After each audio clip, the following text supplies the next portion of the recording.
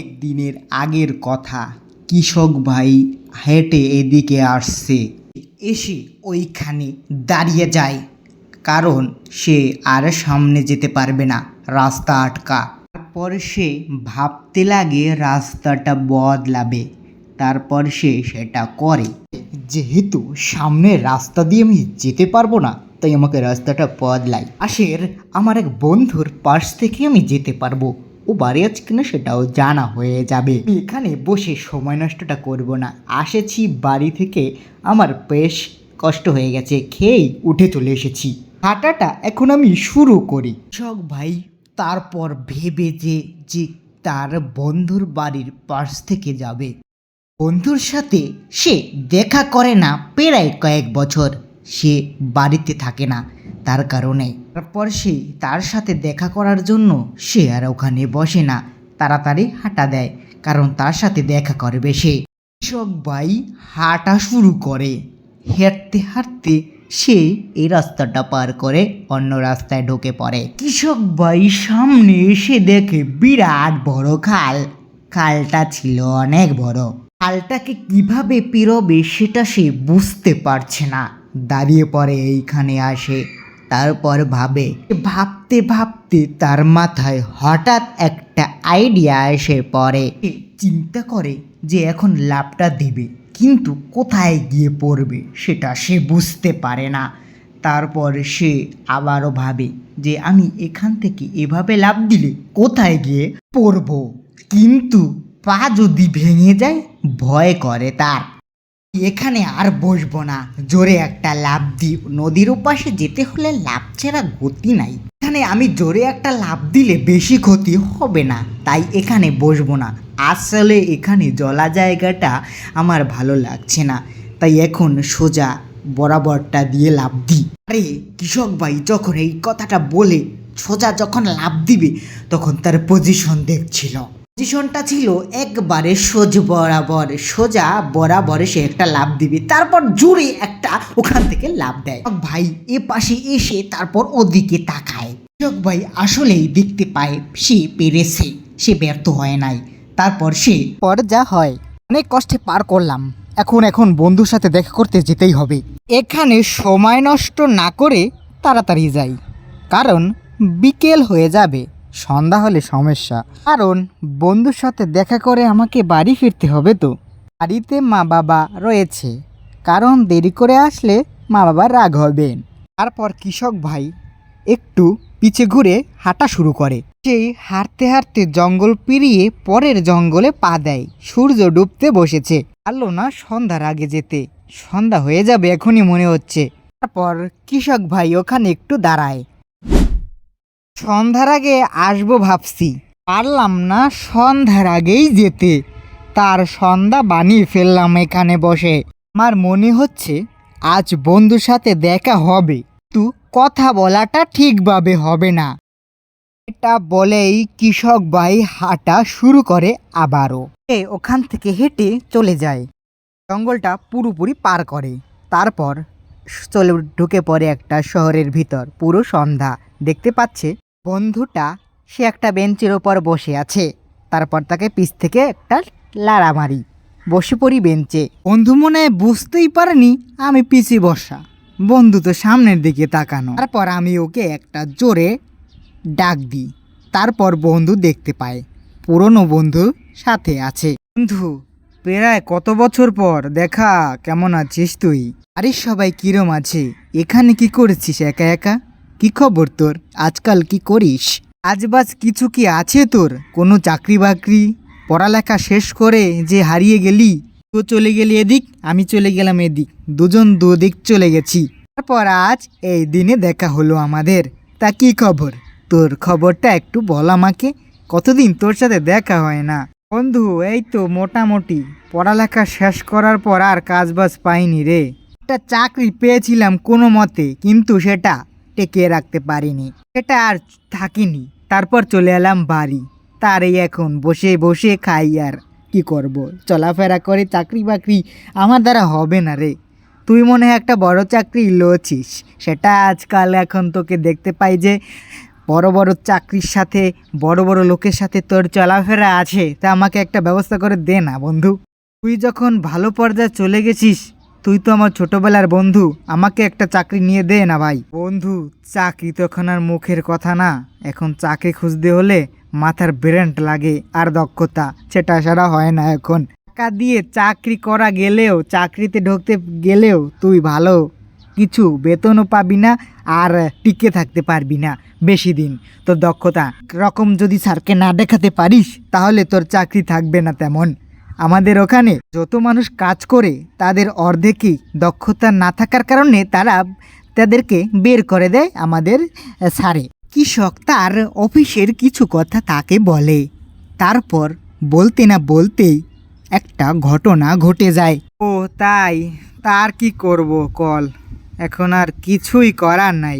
ও এখন তো বসেও থাকা যায় না বন্ধু, কিছু একটা তো করতে হবে, তাই কাজবাজ খুঁজতে হবে, এদিক ওদিক খুঁজতে হবে, বসে থাকলে তো হয় না রে।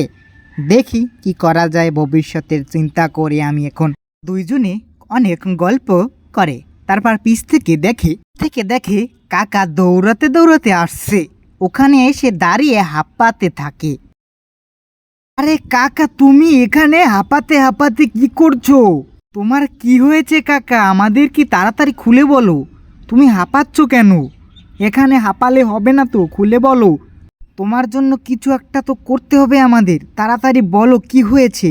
তারপর তারা দুজনে কাকার দিকে তাকিয়ে থাকে, মুখ টুক সাদা হয়ে গেছে কাকার, ভয়েতে এমনভাবে কথা বলতে পারছে না।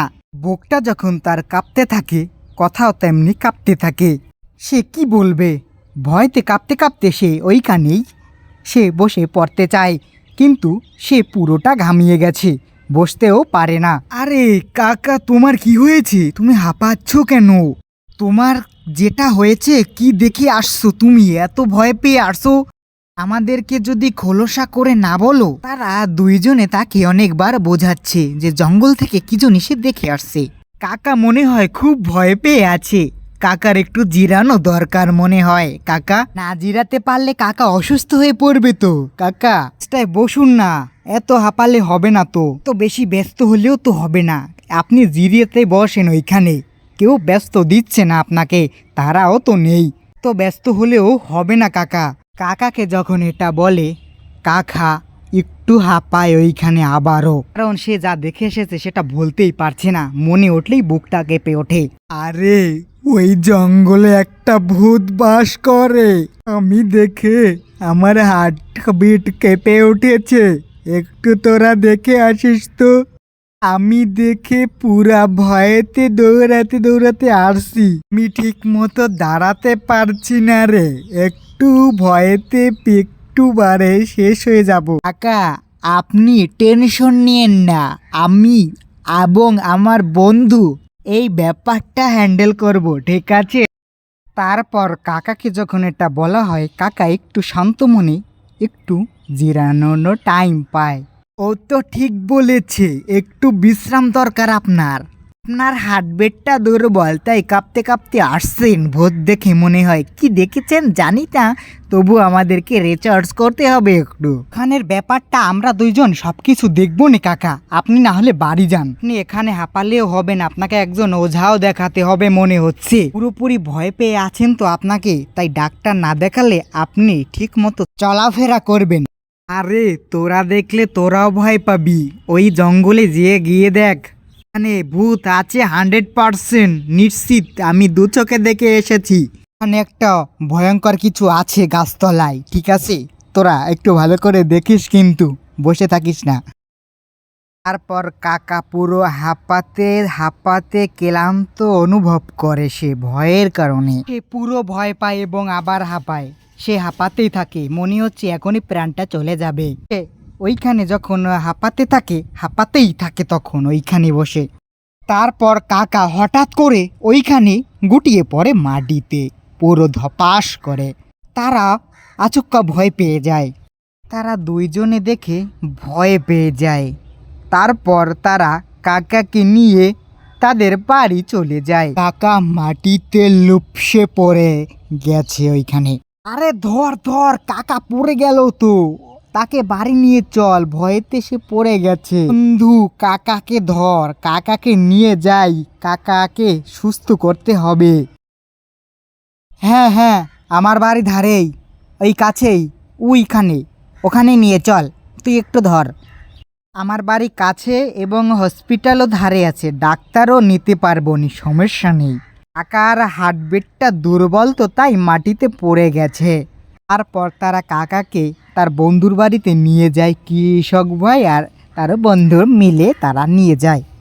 খাটে তাকে শুয়ে রাখে, তারা ওইখানে বসে তাকে দেখতে থাকে। কাকাকে ডাক্তারও দেখানো হয়েছে, সে সুস্থ হয়ে যাবে, তাই কাকাকে এখানে রেখে তারা দুইজন সন্ধানে যাবে জঙ্গলে। বন্ধু, ভূতের সন্ধানে যাব, চল জঙ্গলে। কাকাকে কে এত হাঁপানি উঠিয়ে দিয়েছে, তাদেরকে একটু খোঁজ খবর রাখতে হবে না?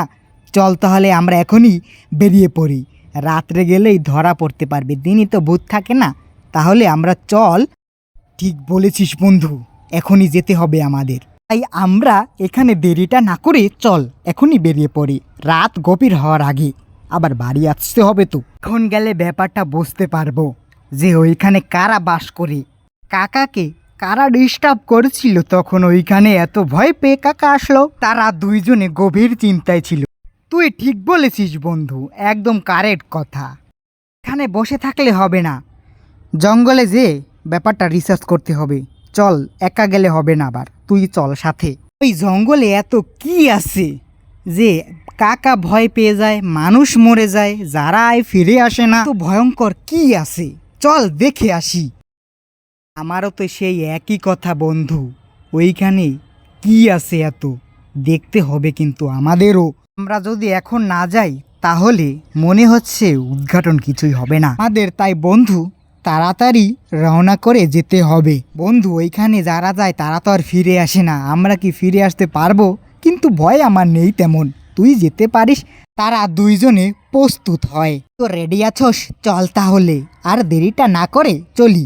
বিশ্রাম করুক, এখানে দেরিটা না করেই হয়, তুই তাড়াতাড়ি চল, আর কথা বাড়াস না, এখন বেশি হলে সমস্যা আবার। এখনই যেতে হবে আমাদের, তাই আমি এখন চললাম, তুইও তাড়াতাড়ি আয়, আমার পিছ পিছ চলে আয় তাড়াতাড়ি। তারপর তারা ওই জঙ্গলের উদ্দেশ্যে রওনা করে। তারা জঙ্গলে ঢুকে পড়ে, দুইজনে একলা, বা রাত বাজ তখন একটা। তারা দূরে কি জন্য একটা দেখতে পেয়ে শব্দ টের পেয়ে দাঁড়িয়ে পড়ে দুইজনে। তারাও একটু ভয় পায়। বন্ধু, ওইখানে দেখ, একটা হাওয়ায় একটা মানুষ ভেসে যাচ্ছে। এ তুই দেখতে পাচ্ছিস? ওই যে দূরে বিলারটার কাছে। তারপর বন্ধু যা দেখে তাকে যা বলল। হ্যাঁ হ্যাঁ, আমিও দেখতে পেরেছি, চল চল কাছে চল, ওখানে চল, ওখানে গিয়ে পরিদর্শনটা করি মোরা, তাড়াতাড়ি চল, তুই আর আমি যাই, চল। দেখতে পায় একটা ডাইনি আর একটা মানুষকে টেনে নিয়ে যাচ্ছে। তারা দেখতে দেখতে দৌড়াতে দৌড়াতে পিছু করতে করতে আসে, এসে দাঁড়ায় ওইখানে। এইখানে তো একটা স্কুল রয়েছে, তার সামনে এইসব লোকজন নেই নাকি? না, স্কুলটা বন্ধ, কিছু জানিস না তুই? তুই তো এইখানে থাকি না, তুই তো থাকিস, তুই কিছু বল, এখানে কি হয়েছে?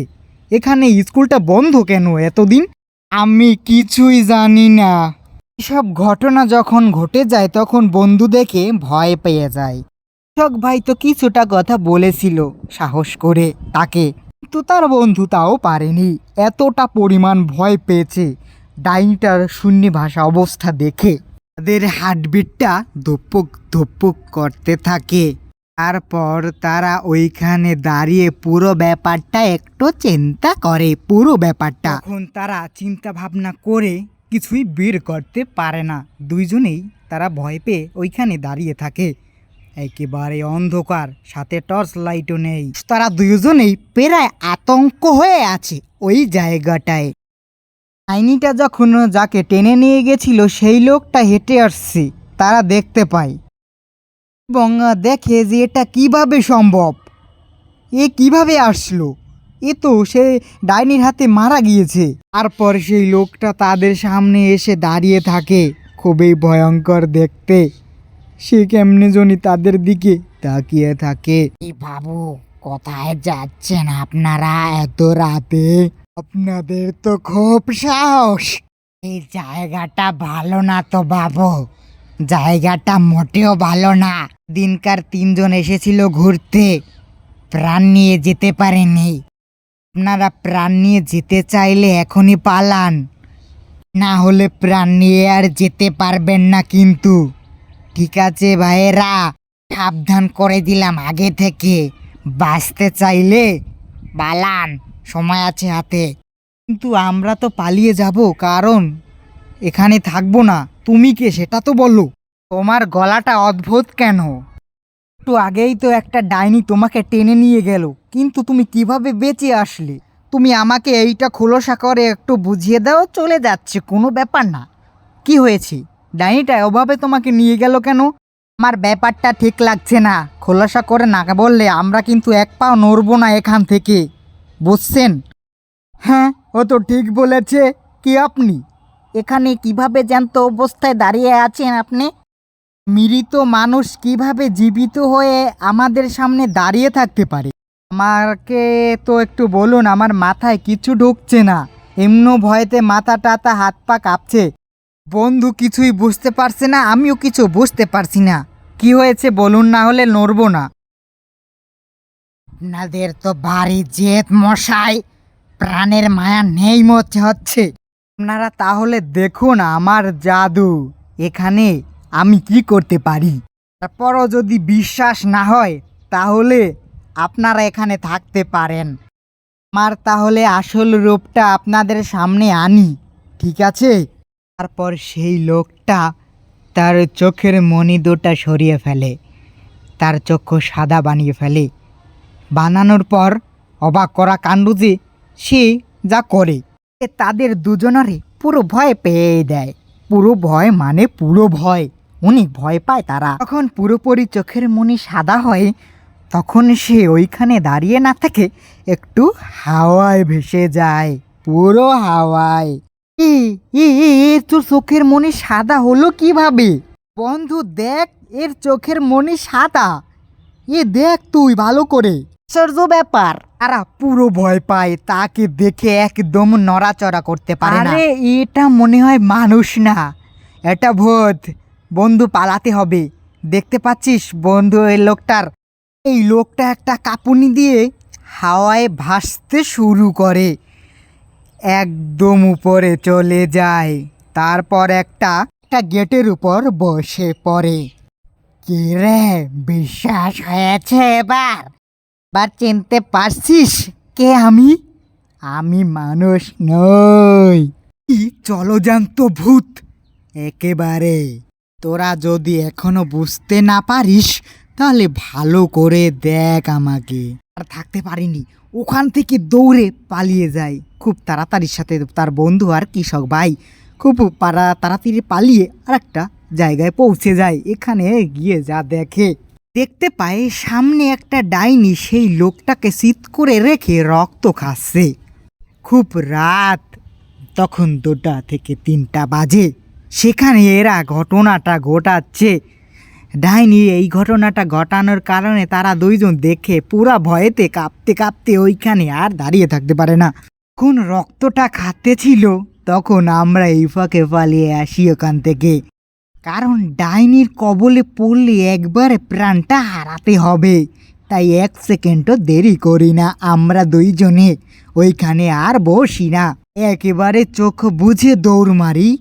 তারা ওইখান থেকে বেরিয়ে এসে আর একটা জঙ্গলে যখন ঢুকে পড়ে, তখন দেখতে পাই এইখানে তমস 2টা ডাইনি তাদেরকে মারার জন্য অস্ত্র হাতে বসে আছে। তারা ভয় পায় এবং বাঁচার জন্য চিৎকার করলেও কাজ হবে না। গভীর জঙ্গলে তাদেরকে কে বাঁচাবে, আসবে কে? তারপর তারা আর বসে থাকতে পারে না ডাইনির সামনে, আর তারা করে কি, ওখান থেকে পালানোর চেষ্টা করে। কিন্তু ডাইনিটা খুবই ভয়ানক ছিল। ডাইনিরা খুবই ভয়ানক। হাতে ছিল তরোয়াল, মনে হচ্ছে এখনই পেটে ঢুকিয়ে রক্তটা টান দিয়ে বের করে চুষে চুষে খেতে থাকবে। তারপর দেখতে পাই ডাইনিটা আমাদের কাছের দিকে আসতে থাকে। আমরা আর বসে থাকতে পারছি না। যখন কাছে আসতে থাকে তখন আমরা যা করি, আমি সেই পায়ের ইঞ্জিন 2টা চালু করে ওখান থেকে ছোটা শুরু করি। খুব তাড়াতাড়ি, দেরি করি না। এখন 1 সেকেন্ড দেরি করলে পরবর্তীতে ছুরিটা পেটে ঢুকিয়ে দিতে পারে। পরে ছুট্টে দৌড় লাগাই।